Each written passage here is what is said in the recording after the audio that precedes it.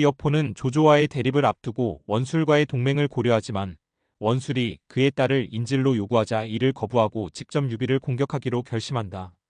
그러나 유비의 설득과 조조의 개입 가능성을 염려한 여포는 결국 포위를 풀고 서주로 돌아간다. 한편 유비의 사자인 간응이 허도로 달려가 조조에게 원군을 요청한다. 조조는 모사들과 논의한 끝에 유비를 돕기로 결정하고 하우돈을 선봉으로 삼아 군사를 이끌고 출진한다. 소패성을 포위한 여포군과 조조군의 격전이 벌어지고 하우돈은 고순과 싸우던 중 조성의 화살에 왼눈을 잃지만 분노에 차서 자신의 눈알을 삼킨 후 조성을 단칼에 베어버린다. 그러나 하우돈이 부상을 입어 후퇴하자 여포군이 기세를 올려 조조군을 밀어낸다. 소패성을 지키던 유비는 결국 패배하여 도망치고 그의 가솔들은 여포에게 사로잡힌다. 그러나 여포는 유비의 충직한 신하미축의 간청을 받아들여 그의 가족을 해치지 않고 서주로 옮긴다. 유비는 필마단기로 허도로 향하는 길에 송건과 합류하고 도중에 유한이라는 한 농가의 도움을 받는다.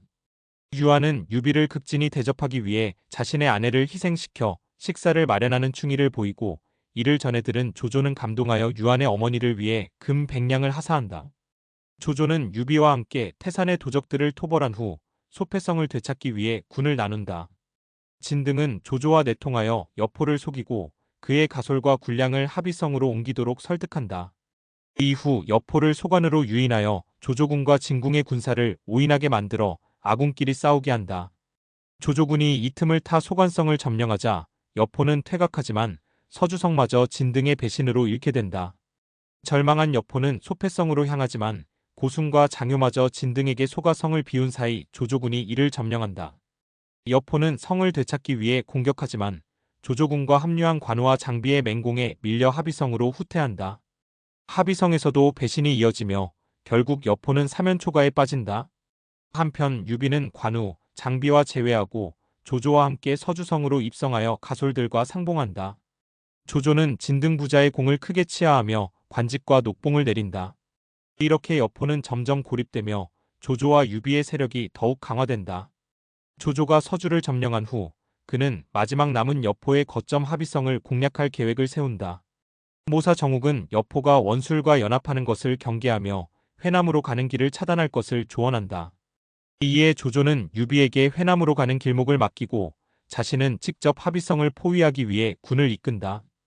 유비는 회남 경계를 지키기 위해 요새를 세우고 길목을 감시했다. 한편 합의성에 고립된 여포는 사수의 깊은 강물을 믿고 방비를 소홀히 한다. 진궁은 조조군이 지친 틈을 타 기습을 감행할 것을 건의하지만 여포는 이를 무시하고 적이 먼저 공격해오기를 기다린다. 조조는 여포를 회유하기 위해 성 아래로 찾아가 항복을 권하지만 여포가 주저하는 사이 진궁이 화살을 쏘아 조조의 회유 시도를 무산시킨다. 이에 조조는 합의성을 본격적으로 공격하기 시작한다. 진궁은 여포에게 성을 나가 조조군을 유인하는 의각짓의 전략을 제안하지만 여포는 아내 엄씨와 애첩 초선의 만류에 흔들려 결정을 미룬다. 조조군이 군량을 수송한다는 소문에도 불구하고 여포는 적의 계략이라며 끝내 행동을 취하지 않는다. 이런 와중에 모사허사와 왕해가 여포를 찾아와 원술과의 혼인을 재개하면 지원군을 받을 수 있다고 설득한다. 이에 여포는 원술에게 사자를 보내지만 원술은 여포의 딸을 먼저 보내야만 군사를 출병하겠다고 조건을 단다. 여포는 밤을 틈타 딸을 수춘성으로 보내려 하지만 유비군의 감시망에 걸려 실패하고 합의성으로 되돌아온다. 조조는 합의성을 공격한 지 2달이 지나도록 함락하지 못하자 순유와 곽가의 조언을 받아 사수와 기수의 물줄기를 돌려 합의성을 수몰시키는 전략을 실행한다. 물이 차오르자 여포는 절망에 빠지고 결국 술에 의존하기 시작한다. 그는 술을 금지하는 명령을 내리지만 장수 후성이 말을 도둑맞았다가 되찾는 과정에서 술을 마시려다 여포의 분노를 사서 매를 맞는다. 이에 불만을 품은 후성, 송원, 위속은 조조에게 항복하기로 결심한다. 후성은 여포의 애마적토마를 훔쳐 조조 진영으로 도망친다. 이후 송원과 위속은 여포를 포박할 계획을 세운다. 합의성의 운명은 결국 내부의 배신으로 결정되고 여포는 절체절명의 위기에 처하게 된다. 여포의 장수 후성은 여포의 명마적토마를 훔쳐 조조에게 투항한다. 후성은 조조에게 성안의 위속과 송원이 내응할 것을 약속하며 합의성을 무너뜨릴 절호의 기회임을 알린다. 이에 조조는 성 안으로 협박과 회유의 경문을 날리며 공격을 개시한다. 성 안은 경문을 본 군사들의 동요와 조조군의 맹렬한 공세로 혼란에 빠진다. 여포는 필사적으로 성을 방어하지만 밤낮 없는 전투와 배신이 겹쳐 그는 점점 궁지에 몰린다. 어느 날 그는 성벽 위에서 지친 몸을 잠시 뉘었고 그 틈을 타 송원과 위속이 그의 무기를 빼앗고 결박한다. 그들이 신호를 보내자 조조군이 성문을 열고 들이닥쳐 합의성은 순식간에 함락된다. 여포와 그의 장수들은 사로잡혀 조조 앞에 끌려온다. 여포는 조조에게 충성을 맹세하며 살려줄 것을 애원하지만 유비가 조조에게 여포의 배신 전력을 상기시키며 그의 목숨을 끝낼 것을 조언한다. 배신자의 운명은 바뀌지 않았고 여포는 결국 사형당한다. 진국 역시 포로로 끌려와 조조의 회유를 받지만 그는 끝까지 신념을 지키며 스스로 죽음을 선택한다. 조조는 그의 의기에 감명받아 그의 가족을 보호할 것을 명한다. 반면 장유는 유비와 관우의 간청으로 목숨을 건지고 조조에게 충성을 맹세한다.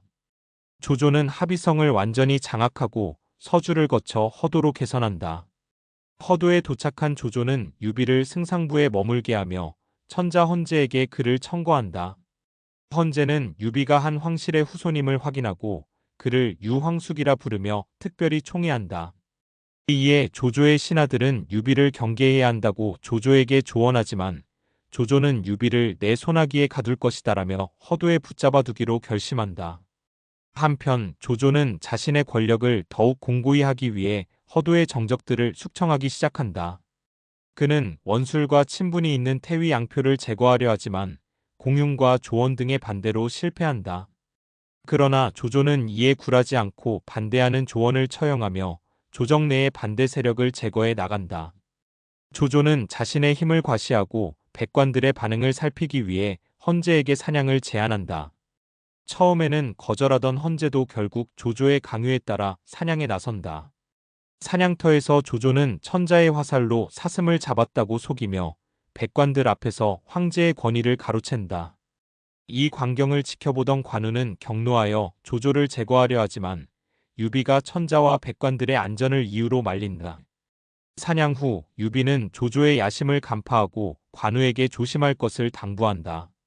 관우는 조조의 위험성을 직감하며 그를 제거하지 못한 것을 한탄하지만 유비는 너무 서두르면 오히려 독을 깨뜨릴 수 있다며 때를 기다릴 것을 조언한다. 조조는 천하를 향한 야망을 더욱 키우며 유비는 그런 조조의 곁에서 조용히 때를 기다린다. 조조와 유비 두 영웅의 긴장감 속에 역사의 소용돌이는 더욱 격렬해지고 있었다. 허전에서의 사냥이 끝난 후 헌제는 대궐로 돌아와 깊은 분노와 슬픔에 빠졌다. 조조가 천자의 위엄을 짓밟고 군신의 도리를 무너뜨리는 모습을 더 이상 참을 수 없었다.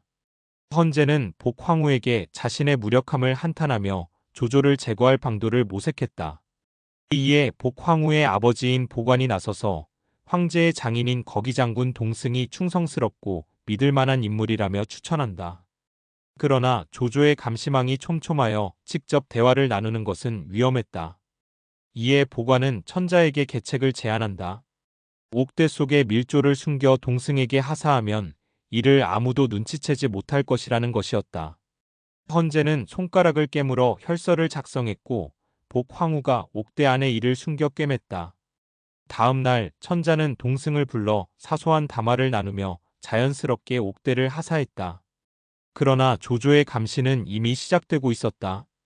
천자와 동승이 공신각에서 오래 머물렀다는 보고를 받은 조조는 곧바로 대궐로 향한다.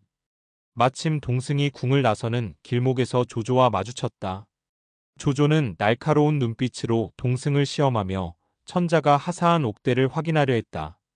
동승은 태연한 척하며 넘겼으나 조조의 집요한 탐색에 조마조마했다. 다행히 조조는 별다른 단서를 찾지 못하고 옥대를 돌려주었고 동승은 가까스로 위기를 모면했다. 집으로 돌아온 동승은 밤새 옥대와 도포를 살폈지만 밀조를 찾지 못했다. 실망하던 찰나 촛불의 불똥이 옥대 위로 튀면서 천이 살짝 타들어갔다. 그곳에서 감춰진 혈서가 모습을 드러냈다. 헌제의 간절한 호소가 적힌 혈서를 읽은 동승은 깊은 감동과 책임감을 느끼며 결연히 조조를 제거할 계획을 세운다. 다음 날 그의 오랜 친구 왕자복이 찾아와 혈서를 발견하고 계획을 눈치챈다. 처음에는 배신할 듯 협박하지만 이는 동승의 진심을 떠보기 위한 것이었다. 왕자복 역시 한시를 위하는 마음을 품고 있었고 두 사람은 함께 결의를 다진다. 그들은 충성스러운 동지들을 규합하기로 하고 장군 오자란, 교의 충집, 의랑 오석을 동참시킨다. 밀실에서 5명은 피로 연맹을 맺고 조조를 제거하기로 맹세한다. 그러나 그들은 조조의 막강한 힘을 고려해 더욱 신중을 기해야 했다. 그때 서량태수 마등이 동승을 찾아온다. 동승은 처음에는 그를 의심했으나 마등이 조조에 대한 분노를 거침없이 드러내자 그 역시 동맹에 합류시킨다. 마등은 대사가 결행되는 날 서량의 군사를 이끌고 호응하겠다며 결의를 다진다. 이제 그들은 더 많은 충의지사를 찾기로 한다. 마등은 조정의 관료 명부를 살펴보다가 유비의 이름을 발견하고 그를 끌어들이면 계획이 더욱 강력해질 것이라고 주장했다. 그러나 동승은 유비가 조조의 휘하에 있는 것을 이유로 반대했다. 마등은 허전에서 조조가 황제를 모욕했을 때 유비의 의제인 관우가 칼을 빼려 했으나 유비가 말렸던 사실을 상기시키며 유비 역시 조조를 제거하고자 하는 뜻을 품고 있을 것이라고 확신했다. 결국 동승은 유비의 의중을 확인해 보기로 했다. 그날 밤 동승은 황제의 밀조를 품고 유비의 공관을 찾았다. 유비는 밤늦은 방문에 의아해했지만 동승의 진지한 태도를 보고 이야기를 들었다. 동승이 허전 사냥터에서 있었던 일을 언급하며 관우가 조조를 죽이려 했던 이유를 묻자 유비는 이를 부정하지 않았다. 그러자 동승은 눈물을 흘리며 한탄했다. 유비가 조심스럽게 그 뜻을 묻자 동승은 황제의 혈서를 내보이며 조조를 제거할 의지를 드러냈다. 유비는 혈서를 읽고 크게 분노했고 동승이 보여준 음행명단에 자신의 이름을 추가하며 조조 타도의 뜻을 함께했다. 하지만 유비는 서두르지 말고 신중하게 진행할 것을 조언하며 철저한 계획이 필요하다고 강조했다. 유비는 조조의 눈을 피하기 위해 이후 집 밖으로 나가지 않고 채소밭을 가꾸며 소일했다. 관우와 장비는 유비의 행동을 이해하지 못하고 답답해했으나 유비는 끝까지 이유를 밝히지 않았다. 그러던 어느 날 조조가 유비를 호출했다. 관우와 장비는 불안했지만 유비는 조조의 부름을 거부할 수 없었다. 조조는 유비를 맞이하며 그가 채소밭을 가꾸고 있다는 것을 이미 알고 있음을 암시했다. 이어 조조는 유비에게 천하의 영웅은 그대와 나뿐이라며 유비의 속마음을 떠보았다. 유비는 순간 당황하여 젓가락을 떨어뜨렸고 조조가 이를 눈치챌까 두려워 일부러 뇌성에 놀란 척하며 상황을 무마했다.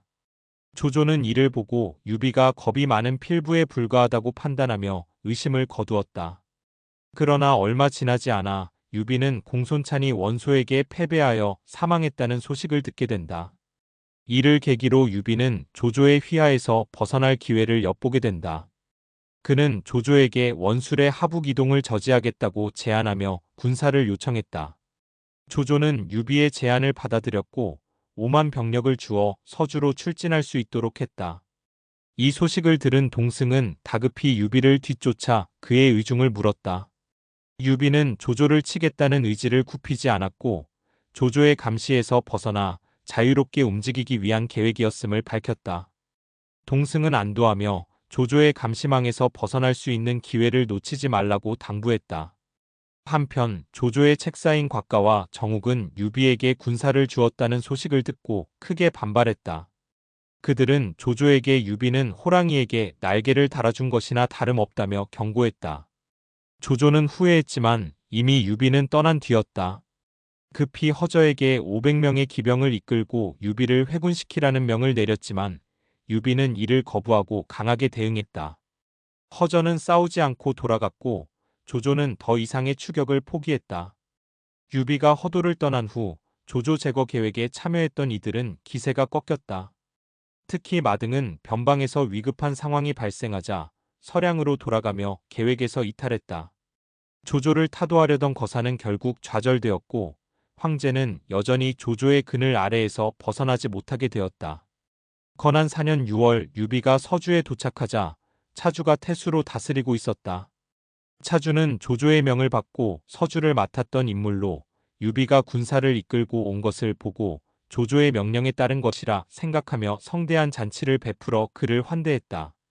그러나 유비는 잔치 전에 차주와 조용히 대화를 나누며 원술이 형 원소에게 옥새를 바치러 가고 있다는 정보를 얻었음을 밝히고 그의 동태를 살필 것을 요청했다. 차주는 조조의 명이라 생각하고 이를 흔쾌히 받아들였다.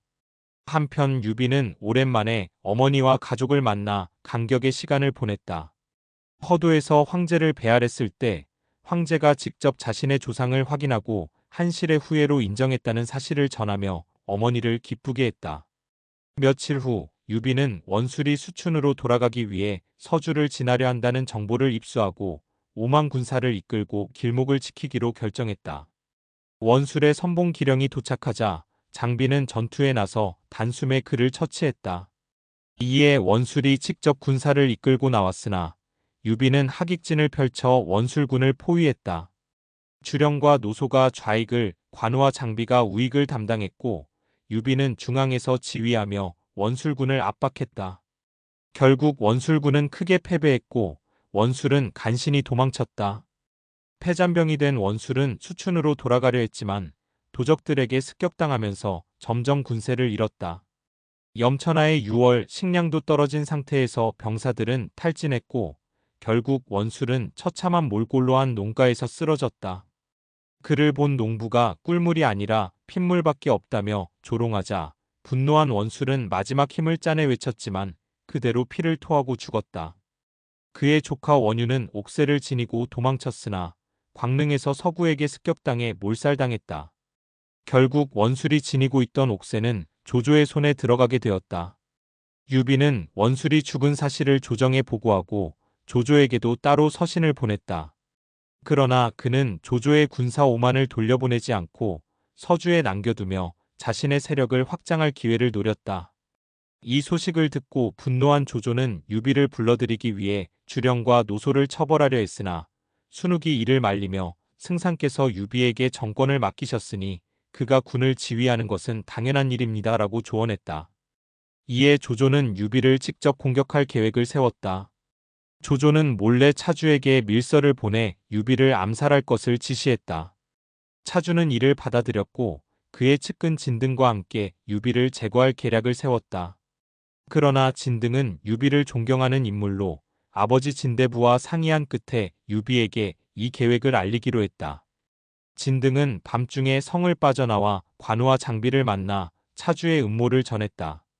분노한 장비는 즉시 성을 공격하자고 했지만 관우는 계책을 세워 차주를 유인해 죽이는 것이 낫다고 조언했다. 관우는 조조의 기호를 앞세워 차주를 속였고 차주가 군사를 이끌고 성문 밖으로 나오자 단칼에 그의 목을 베었다. 차주의 군사들은 지휘관이 죽자 곧바로 항복했다. 그러나 장비는 이에 그치지 않고 차주의 가족과 일족까지 몰살시켜버렸다. 이 일을 알게 된 유비는 크게 놀라며 차주는 조조가 신뢰하는 신하이자 서주의 태수였는데 이를 죽인 것은 조조의 분노를 부를 것이라며 걱정했다. 조조의 보복이 두려운 유비는 진등과 상의했고 진등은 하북의 원소와 동맹을 맺어야 한다고 조언했다. 그는 유비의 스승이었던 정연과 원소가 오래전부터 친분이 있었으므로 정연을 통해 원소에게 서신을 보내는 것이 좋다고 말했다. 유비는 정연을 찾아가 도움을 요청했고 정연은 오랜만에 세속의 일에 관여하게 되었구나라며 원소에게 보내는 서신을 작성해 주었다. 이 서신은 원소에게 유비와 협력하여 조조를 치라는 내용이었다. 송건이 이 서신을 들고 원소에게 가서 간청했으나 원소는 처음에는 유비가 내 동생 원수를 죽게 만들었는데 내가 어떻게 그를 돕겠는가라며 거부했다. 그러나 송건이 그 책임은 조조에게 있다고 설득하고 정연의 서신을 건네자 원소는 고민에 빠졌다. 원소는 조조를 제거하고 중원을 차지할 야망을 품고 있었기 때문에 결국 유비와 협력하기로 결정했다. 원소는 30만 대군을 일으켜 조조를 치기로 결정했다. 곽도의 조언을 받아 그는 조조를 성토하는 경문을 작성하게 했다. 진림이 작성한 이 경문은 조조의 조상부터 시작해 그의 잔인한 행적을 낱낱이 고발하며 조조를 치는 것이 황실을 위한 대의라고 주장했다. 이 경문이 각지에 배포되었고 허도에도 전해졌다. 당시 조조는 두통을 앓고 있었으나 경문을 읽은 후 크게 웃으며 진림의 글이 아무리 훌륭해도 원소의 군사 운용이 그에 따르지 못할 것이다. 내가 그 본때를 보여주겠다라며 반격을 준비했다. 허도에서 원소와의 전쟁을 논의하던 조조는 원소와의 협상을 주장하는 공융과 전쟁을 주장하는 순욱의 의견을 들었다. 공융은 원소의 강한 세력을 경계하며 조심스럽게 접근할 것을 권했으나 순욱은 원소의 내부 분열과 신하들의 단점을 들어 그를 과소평가하며 적극적인 공격을 주장했다. 조조는 순욱의 의견에 동의하며 원소와의 전쟁을 결심했다. 조조는 먼저 유비를 견제하기 위해 유대와 왕충을 보내 서주를 공격하게 했다. 이들에게 자신의 승상기를 주어 허장성세를 부리도록 하며 자신이 직접 출전한 것처럼 속이게 했다. 하지만 정욱은 이 두 장수의 능력을 의심하며 추가 병력을 보내야 한다고 조언했으나 조조는 원소와의 전쟁에 집중하기 위해 이를 무시하고 허도로 돌아갔다. 서주에서는 유비가 차주를 죽인 후 조조의 보복을 우려하고 있었으나 조조가 실제로 서주에 있지 않다는 점을 간파하고 신중하게 대응했다. 유비는 섣불리 조조에게 맞서지 않고 원소와의 관계를 고려하며 장기적인 계획을 세웠다. 왕충이 서주를 공격하자 관우는 일부러 싸우다 도망치는 척하며 왕충을 유인해 쉽게 생포했다. 유비는 왕충을 죽이지 않고 극진히 대접하며 조조와의 화해를 염두에 두고 그를 포섭했다. 이어서 유대를 사로잡기 위해 장비가 나섰다. 장비는 성급한 성격에도 불구하고 이번에는 계략을 사용하여 탈주병을 일부러 유대의 진영으로 보내 장비가 야습을 준비 중이라는 거짓 정보를 전달하게 했다. 이를 믿은 유대는 장비의 함정에 빠졌고 결국 장비에게 생포되었다. 유비는 왕충과 유대를 죽이지 않고 풀어주며 조조에게 충성을 유지하는 듯한 모습을 보였다. 그러나 장비는 마지막까지 그들을 보내기를 거부하며 위협했다. 이에 유대와 왕충은 두려움을 안고 허도로 돌아갔다. 유비는 조조가 반드시 다시 공격해올 것이라고 예상했다. 이에 송건은 서주가 방어하기 어려운 지역임을 지적하며 군대를 분산 배치하여 대비할 것을 제안했다. 이에 따라 유비는 관우를 합의성에 배치하고 송건과 미축을 서주에 남겨 방어하도록 했다. 자신은 장비와 함께 소패에 주둔하며 방어 태세를 갖췄다. 이로써 유비는 서주를 쉽게 빼앗기지 않으면서도 조조의 대규모 공격에 대비할 수 있도록 전략적으로 방어선을 구축했다. 결국 조조와 원소의 대립이 격화되는 가운데 유비는 두 강대국 사이에서 신중하게 외교적 군사적 균형을 유지하며 생존 전략을 펼치고 있었다. 허도로 돌아온 유대와 왕충은 조조를 배알하고 유비가 반란을 일으킬 의도가 없으며 오히려 조조에게 충성을 다하고 있다고 변호했다. 그러나 조조는 그들의 말을 듣자마자 경노했다. 너희들은 조조의 신하인가 아니면 유비의 신하인가? 라며 호통쳤고 전쟁에서 패해 조조의 명예를 실추시킨 책임을 물어 그들의 관직을 박탈하고 내쫓았다. 유비가 원소와 손을 잡고 자신의 적이 될 가능성이 커지자 조조는 서주 정벌을 결심한다. 하지만 엄동설안의 군사를 출동시키는 것은 무리가 있었다. 이때 공융이 조조에게 조언한다. 유비를 치기 전에 형주의 유표와 양성의 장수를 포섭해 세력을 확장하십시오. 조조는 이 말에 깊이 공감하며 먼저 장수를 회유하기 위해 유엽을 보낸다. 유엽은 장수의 모사 가우를 설득해 장수를 조조에게 귀순하도록 유도한다. 장수는 처음엔 망설였으나 가우의 논리에 설득당해 결국 조조에게 항복했다. 조조는 장수를 극진히 환대하며 그를 장군으로 봉하고 형주의 유표를 회유할 계획을 세운다. 그를 설득하기 위한 사자로는 예영이 추천되었다. 예영은 재능과 언변이 뛰어나지만 성격이 괴팍하고 조조를 탐탁지 않게 여겼다. 조조는 예영을 시험하고자 그를 승상부로 불렀으나 예영은 조조의 신하들을 비하하는 발언을 서슴지 않았다. 이에 조조는 그를 조롱하기 위해 북치는 고수로 임명했지만 예영은 오히려 이를 비웃으며 자신의 재능을 과시했다. 결국 조조는 그를 귀찮아하며 유표에게 보내버렸다. 형주에 도착한 예영은 유표에게도 독서를 퍼부었다. 유표는 처음엔 그의 재능에 감탄했지만 예영의 가차없는 비판에 점점 불쾌해졌다. 결국 유표는 그를 강하태수 황조에게 보내버린다. 황조 역시 처음에는 예영을 환대했으나 어느 날 술자리에서 예영이 그를 제사만 받아먹는 무능한 신이라 조롱하자 격분하여 예영을 참수했다. 예영의 죽음은 조조에게 새로운 명분을 제공했다. 내 사신을 죽였으니 형주를 공격할 명분이 생겼다. 조조는 형주 정벌을 결심하지만 순욱이 만류한다. 원소와의 전쟁이 끝나지 않았고 서주에는 유비가 건재합니다. 형주를 치는 것은 뱃속에 병을 두고 손가락에 상처를 치료하는 것과 같습니다. 조조는 이 말을 받아들여 형주 공격을 미루고 원소와의 대결에 집중하기로 한다. 이 과정에서 조조의 책략과 순욱의 역할이 더욱 부각된다. 천자를 허도로 데려와 명분을 얻고 둔전 정책을 통해 경제력을 강화하는 등 조조의 기반을 다지는데 큰 공헌을 했다. 하지만 조조의 권력이 강해질수록 한나라 황제의 존재감은 희미해졌고 한 왕조는 점점 몰락해가고 있었다. 결국 조조는 원소와의 전쟁을 대비하며 유비와 유표를 압박하는 전략을 유지하기로 결정했다. 조조가 천하를 차지하는 과정은 단순한 군사적 힘뿐만 아니라 뛰어난 책략과 신중한 세력 관리에 의해 이루어지고 있었다.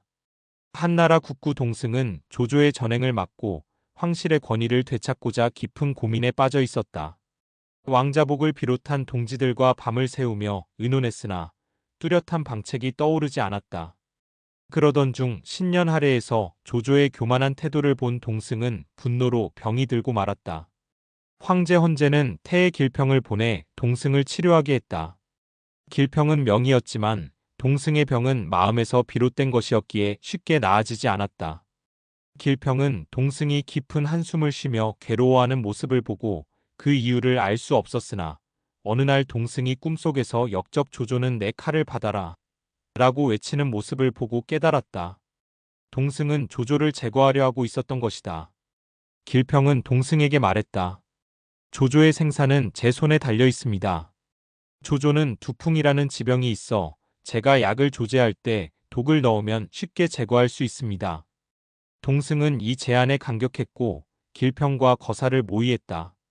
그러나 그날 밤 동승의 하인 진경동이 주인의 애첩 운영과 정을 통하다 발각되어 매를 맞고 방에 갇히게 되었다. 분노한 진경동은 도망쳐 조조에게 가서 동승이 조조를 독살하려 한다고 밀고했다. 조조는 겉으로는 태연한 척하며 길평을 불러 약을 조제하도록 했다. 길평이 독이 든 약을 가져오자 조조는 신하가 임금을 위해 약을 먼저 맛보아야 한다며 길평에게 먼저 마시라고 요구했다. 길평은 당황했으나 조조는 재빠르게 그릇을 내던지고 독이 퍼지는 모습을 보며 길평의 배신을 확신했다.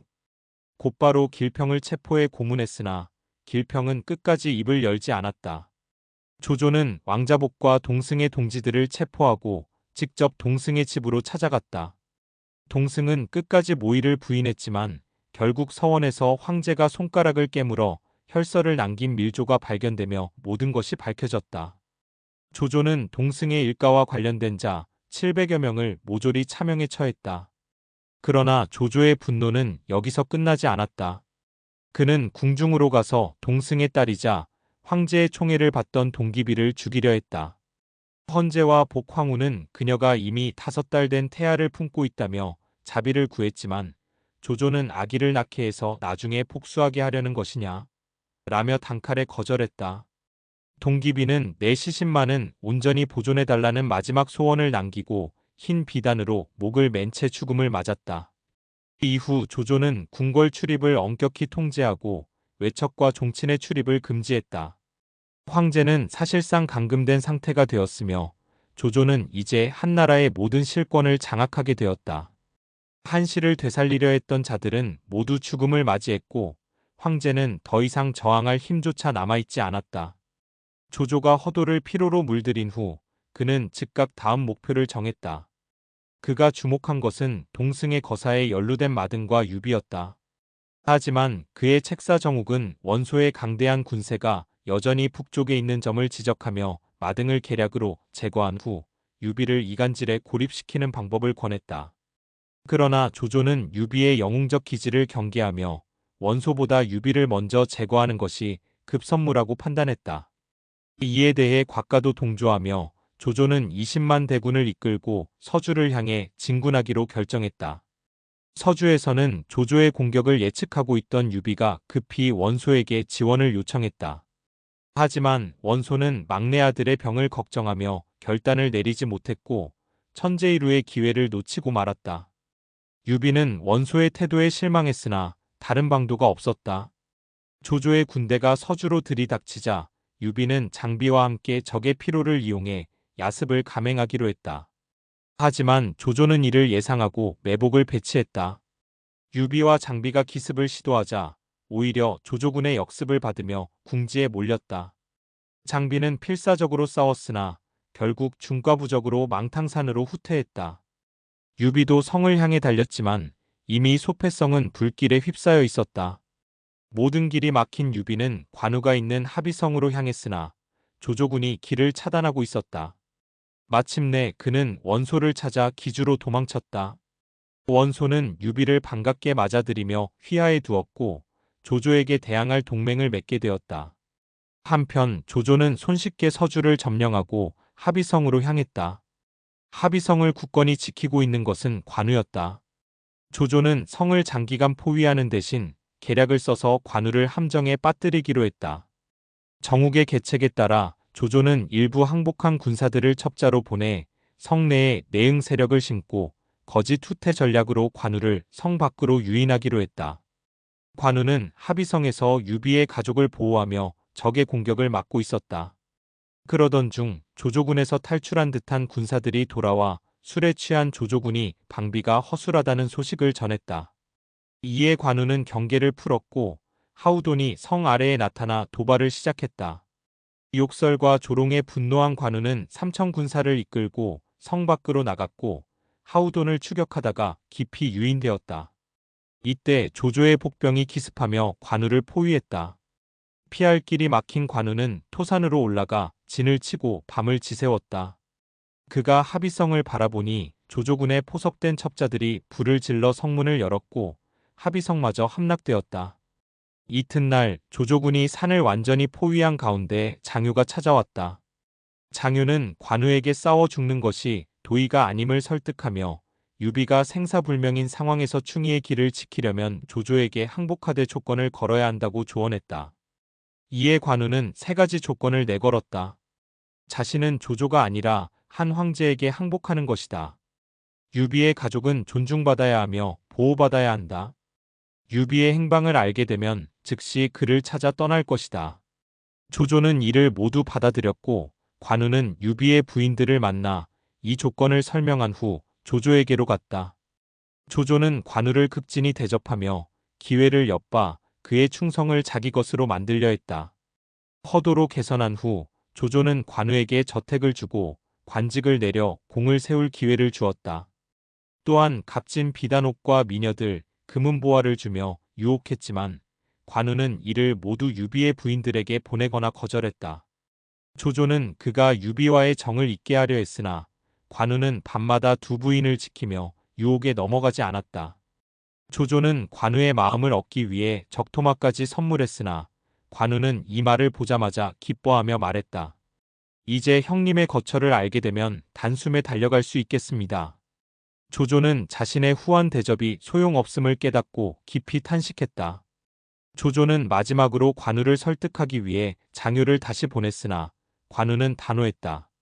승상의 은혜는 결코 잊지 않겠으나 나의 마음은 오직 유황숙과 함께할 것입니다. 조조는 이를 듣고 깊은 한숨을 내쉬며 말했다. 천하의 의사로다. 내가 그를 막을 수 없음이 한스러울 뿐이로다. 조조는 결국 관우를 붙잡아 두기 위해 그에게 공을 세울 기회를 주지 않기로 결심했다.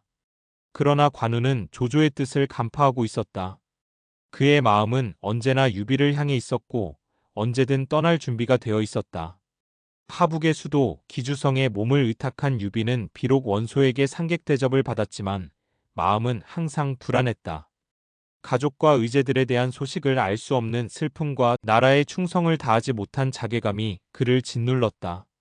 어느 날 원소는 유비에게 조조를 치려한다는 계획을 털어놓았다. 신하 전풍은 조조를 공격하기보다 군을 정비하며 기다려야 한다고 했으나 유비는 지금이 적기라며 원소를 설득했다. 원소는 유비의 조언을 받아들였고 결국 조조를 공격하기 위해 대군을 일으켰다. 그러나 원소의 신하 저수는 전쟁의 승산이 없음을 직감하고 가족들에게 재산을 나누어 주었다. 한편 원소의 선봉장 알량이 여양 방면으로 진격했고 이에 조조는 서둘러 대응책을 마련했다. 하지만 송원과 위속이 알량에게 차례로 패하자 조조는 고민에 빠졌다. 정욱이 조조에게 말했다. 관훈장을 보내 알량을 무찌르게 하면 어떻겠습니까? 다만 그가 공을 세우면 떠날지도 모릅니다. 그러나 만약 유비가 원소에게 몸을 의탁하고 있다면 원소가 유비를 의심하여 죽이게 될 것입니다. 그럼 관훈장은 떠날 곳이 없게 될 것입니다. 조조는 이 계략을 받아들여 관우를 불렀다. 관우는 기뻐하며 출전을 자청했고 조조의 진영에서 적진을 바라보며 알량을 단칼에 베어버렸다. 이를 계기로 조조군은 대승을 거두었고 원소군은 크게 동요했다. 한편 원소는 유비를 의심하여 체포했다. 유비는 침착하게 조조의 계략임을 설명했고 원소는 그제야 노기를 풀었다. 하지만 얼마 지나지 않아 문추가 조조를 공격하러 나갔고 조조는 그를 꺾기 위해 또다시 관우를 출전시켰다. 문추와 맞붙은 관우는 수십합의 격전 끝에 문추의 목을 베었다. 조조군이 이를 계기로 또다시 대승을 거두자 원소는 격분했다. 원소의 신하들이 유비를 처형할 것을 건의했지만 유비는 조조의 계략을 강조하며 원소를 설득했다. 조조는 관우를 붙잡아 두기 위해 그를 후작으로 봉하려 했으나 관우는 처음에는 거절했다. 그러나 조조가 한나라의 후작으로 변경하여 봉하자 비로소 이를 받아들였다. 한편 유비는 마침내 관우가 조조 진영에 있음을 확신하고 그에게 서신을 보내기로 했다. 하지만 적진에 있는 관우에게 서신을 전달하는 것은 쉽지 않았다. 전령을 찾지 못한 채 시간이 흘렀고 결국 유비는 싸움을 잠시 중단하고 관우를 데려올 방도를 모색하기 시작했다. 조조와 원소의 대결에서 연이은 승리를 거둔 관우는 조조에게 더욱 큰 신뢰를 얻었지만 그의 마음은 여전히 형 유비에게 있었다. 그러던 중 조조의 주연 자리에서 연암 지방이 황건 잔당들에게 위협받고 있다는 보고가 들어왔다. 이에 관우는 직접 출정을 자청했다. 조조는 관우의 진심을 의심하면서도 그의 공을 인정해 군사를 이끌게 했다.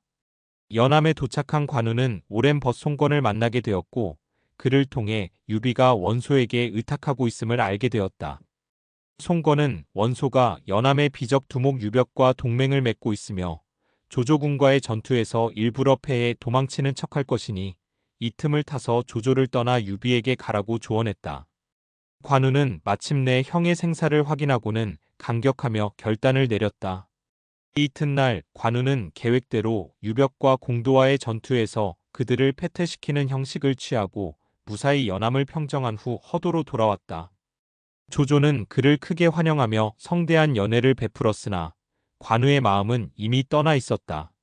한편 연암 출정에 함께했던 우금이 관우가 유비의 소재를 알게 되었다는 사실을 조조에게 보고했다. 이를 들은 조조는 그의 속마음을 떠보기 위해 장효를 보내 관우를 만나게 했다. 장효가 직접 관우에게 떠날 의사가 있음을 확인하자 조조는 그를 쉽게 보내지 않기로 했다. 조조는 일부러 관우와의 만남을 피하며 관우가 작별 인사를 하지 못하도록 문 앞에 방문을 상가라는 피객패를 내걸었다.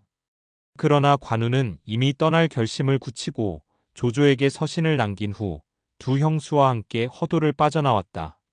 출발 전 그는 조조가 내려준 금은보화와 비단 그리고 관직 인장까지 모두 두고 떠났으며 하인들에게도 그 어떤 재물도 가져가지 못하도록 명했다. 오직 청룡 언월도와 적토마 그리고 손에서 놓지 않던 춘추 한 권만을 챙겼다. 이른 새벽 북문을 지날 때 파수병들이 그를 막자 관우는 칼을 뽑아 위협하며 돌파했다. 이렇게 허도를 떠난 관우는 유비가 있는 원소에게 가기 위해 길을 서둘렀다. 그러나 조조는 관우가 떠났다는 보고를 받고도 그를 붙잡으려 하지 않았다. 오히려 그는 신의를 지킨 대장부다라며 칭송했다. 하지만 모사 정욱은 관우의 배신을 문제 삼으며 즉시 그를 죽여야 한다고 주장했다.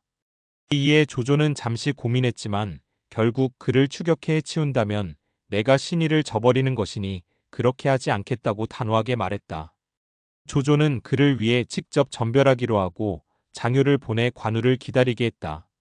뒤이어 조조는 수십 기의 군사만을 데리고 따라가 관우를 만났다. 이 자리에서 조조는 노자로 쓰라며 황금을 건넸지만 관우는 이를 거절했다. 조조가 다시 비단 점포를 건네자 관우는 칼끝으로 받아 어깨에 걸치며 마지막 예를 표했다. 조조와의 작별을 마친 후 관우는 길을 재촉했다. 하지만 도중에 그의 일행은 산적대의 습격을 받아 두 형수의 수레가 납치되는 위기를 맞았다. 다행히 산적 두목 요하가 관우와 유비의 명성을 익히 알고 있었고 부인을 보호하며 반란을 일으킨 부하를 처단했다.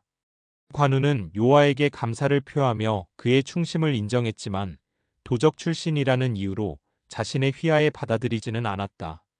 대신 언젠가 다시 만날 날이 있을 것이라며 재회를 기약했다. 여정을 계속하던 관우는 날이 저물자 한 장원의 주인 호화의 집에서 하룻밤 묵어가기로 했다. 호화는 유비의 부인과 관우를 극진히 대접하며 아들 호반에게 편지를 전해달라고 부탁했다. 관우는 이를 흔쾌히 수락하며 마침내 유비와 재회할 날을 더욱 가까이 두게 되었다. 관우는 두 형수를 수레에 태우고 호화 노인의 서신을 받은 뒤 하북으로 향했다. 그러나 그의 앞길에는 조조의 장수들이 지키는 5개의 관문이 가로막고 있었다. 첫 번째 동령관에서 수비대장 공수가 통행증 없이는 지나갈 수 없다며 길을 막았다. 더욱이 유비의 두 부인을 인질로 삼으려 하자 분노한 관우는 단숨에 공수를 베어버리고 길을 열었다. 두 번째 낙양에서는 태수 한복이 관우의 출발을 의심하며 통행을 불허했다. 관우가 분개하자 장수 맹탄이 계략을 써 유인하려 했지만 관우의 적토마를 따를 수 없었다. 결국 맹탄은 도망치다 청룡 언월도에 베었고 한복은 매복한 궁수들의 화살을 날렸으나 관우는 이를 피하고 한복마저 처단했다. 세 번째 기수관에서는 황건적 출신으로 조조에게 귀순한 변희가 관우를 유인해 절에서 매복을 펼쳤다. 그러나 절의 승려 보정이 이를 눈치채고 관우에게 알렸다. 관우는 이를 간파하고 변희의 함정을 무너뜨린 후 그의 목을 베고 길을 나섰다. 네 번째 형양에서는 태수 왕식이 관우를 속여 역관에 머물게 한 뒤 밤에 불을 질러 죽이려 했다. 하지만 왕식의 종사관이던 호반이 그의 부친 호화의 서신을 보고 관우에게 사실을 알렸다. 관우는 밤중에 빠져나와 왕식을 기습하여 처단한 후 다시 길을 떠났다. 다섯 번째 황하나루에서는 조조의 장수 진기가 길을 가로막았다. 조조의 명령 없이는 배를 내주지 않겠다고 버티자 관우는 그를 단칼에 베고 군사들을 설득해 황하를 건넜다. 이로써 관우는 5개의 관문을 돌파하고 6명의 장수를 베며 하북으로 향하는 길을 열었다. 그러나 조조의 장수 하우돈이 200명의 기병을 이끌고 관우를 추격했다. 둘은 격돌했으나 조조의 사자가 도착해 조조가 관우를 보내기로 했음을 전했다. 하우돈이 이를 거부하고 싸움을 이어가려 하자 장효가 도착해 조조의 공식 명령을 전달했다. 결국 하우돈은 물러났고 관우는 무사히 북쪽으로 향했다. 길을 가던 중 관우는 산적들에게 습격받을 뻔했으나 그들의 두목 요하가 그의 충의를 알고 부인을 보호해 주었다. 이어 관우는 배원소와 주창이라는 전 황건적 출신 인물들과 만나 그들의 충성을 확인하고 주창을 데리고 가기로 했다. 마침내 관우는 유비가 머물고 있는 연암에 도착했다.